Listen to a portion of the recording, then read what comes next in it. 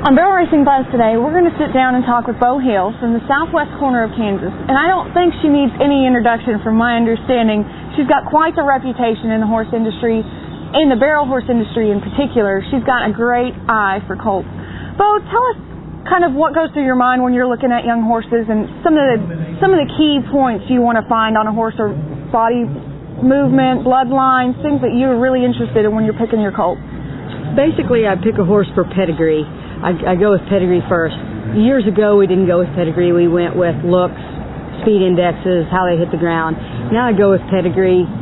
Pedigree in the futurity industry is proven. I'm not saying there's not a name brand horse that can't win. That happens as well. But typically, pedigree, your odds increase. I like a horse that hits the ground soft. I typically ride a bigger horse. Just a preference of mine. I like a deep cinching, big, stout horse that's athletic. I like a big old round milk cow eye on a horse. Eye appeal is important to me next to pedigree. But I'll take that back in the knee, Bugs Alive or Dash to Fame, before I'll take a real correct, no name brand. I'm forgiving on a little bit of confirmation. If they have that look in their eye and they have a lot of eye appeal, they hit the ground pretty soft. And I'll ride that female side as well. I like those good mares. A mare that's a great producer will have 5 or 6 foals by different stallions that are all good colts. When you get a producing mare, I'll stick with that mare and take a chance on an outside stallion maybe that's not a name brand. Now, when you're working towards the futurity system and you have several colts to choose from, where's your first choice to go through as far as pedigree? What's kind of been your reliable line of horses? As far as the mares go, there's one old mare that's by Lane Flinster, out of a Dr. Kirk mare that has produced several winners for me. Silver Spur that Clay Seawalls has, and Running Red Lights that Angie has, and I have 2 full siblings. I had a Dash Nazizi that was out of her, that was a good one. I like that old mare. The Bugs Alive daughters have been really good producers for me. We stand a stallion that's by Dash to Fame and out of a daughter, Bugs Alive, that has produced several winners. I'm looking forward to riding some of his foals. And I've stuck with the Dash to Fame as far as the stallion side for now, but going to ride some by that Son of Dash in the next few years. So you're looking forward to your next couple of years. Tell us about some of your colts you have on the way. Oh, right now I'm down to, I think, a half dozen 3-year-olds, all by Dash to Fame, out of different mares. Some we raised, some I bought at the racetrack, some we bought as yearlings. And then the 2-year-olds, I think there's probably a dozen of those left that they're all fames as well. And different mares. Some of them are full siblings to horses I've rode previously or sold that have been successful. And then the yearling crop will be by our stallion. Now, do you think, when you're picking your colts, is there some dangerous lines to cross as far as getting off the track versus ones that you're raising or somebody else is hand raising and not been on the track yet? Do you think there's a difference in as far as maybe how they're going to last in the barrel industry versus, being raised a little bit slower, not quite on the track? Possibly there's some differences. There's some pros and some cons to it. I like the horses from the track. They know how to run. They've been handled, they've been wrapped, they've been washed, they've been messed with. The horses that you don't run at the racetrack, sometimes they haven't had that experience but might be a little bit sounder, haven't had the demands on them that the race colts have had. But if I could pick, I would go to the racetrack or send ours to the racetrack. I like the colts that know how to run. And I would think today they take such good care of racehorses, and there's so many advances in the equine industry that usually anything minor can be overcome in the industry anymore. Absolutely. And those trainers don't typically run them when they're sore. And I'm not really afraid if I see a colt that I really, really like, or a filly, if they have a chip, I'll take it out and just let the buyer know when they buy it that I removed a chip when it was 2, and I don't really have a problem with that.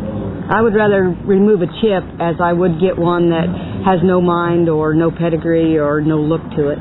No heart. Do you find that the lines that you choose have a lot of heart for running? They have a lot of heart, and they have just a lot of athletic ability. They're just gifted athletically, and the heart goes with it. If you were telling somebody that was maybe looking to go buy a younger horse to get started and last them through a span of career in the industry, what would be some pointers that you would tell them in picking out colts? No, that's hard.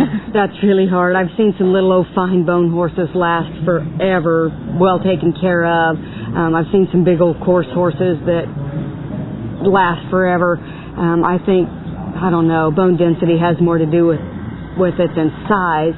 I think taking care of them, maintenance on them, keeping them warmed up, keeping them fit, don't run them overweight, don't run them not warmed up, that kind of thing has more to do with longevity than... Typically, horses, an accident happens to them more so than they get a career-ending injury. Usually it's something tragic. They get hung in the fence, they get hit by a car, lightning strikes them. Something like that is more apt to end a horse's career than an injury that could have been prevented from conformation. Well, Bo, what would you say, what's your routine in working on your colts, getting them ready maybe for a futurity or getting them ready for an event such as World Barrel Racing, rodeo circuit? Do you have different preferences for the different circuits you're going to run on? I actually haven't been to a rodeo since the tour finals 5 years ago. I'm not much of a rodeo junkie anymore. And as far as these 4D goes, I just came down here and rode friends' horses. I don't even have a horse that's eligible. Oldest horse I've rode in the last 5 years has been a 4-year-old.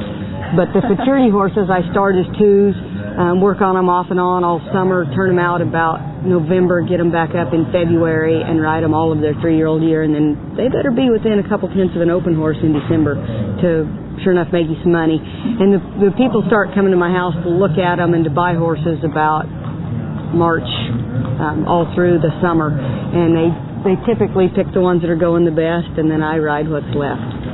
Well, if they want to find some information on getting a hold of you or looking at some of your colts, where would they? Do you have a website or phone number? I have a website, bohill.com. It's not very updated.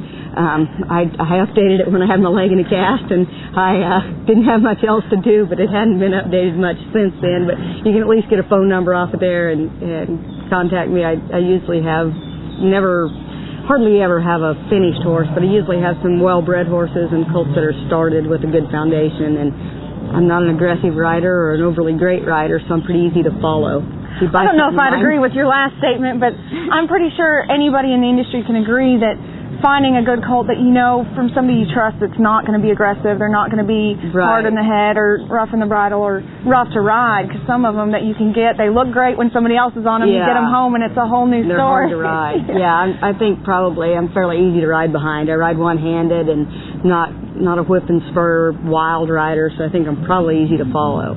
Well, Bo, thank you so much for your insight on picking colts and kind of getting yourself started in the industry. Remember, she has a website.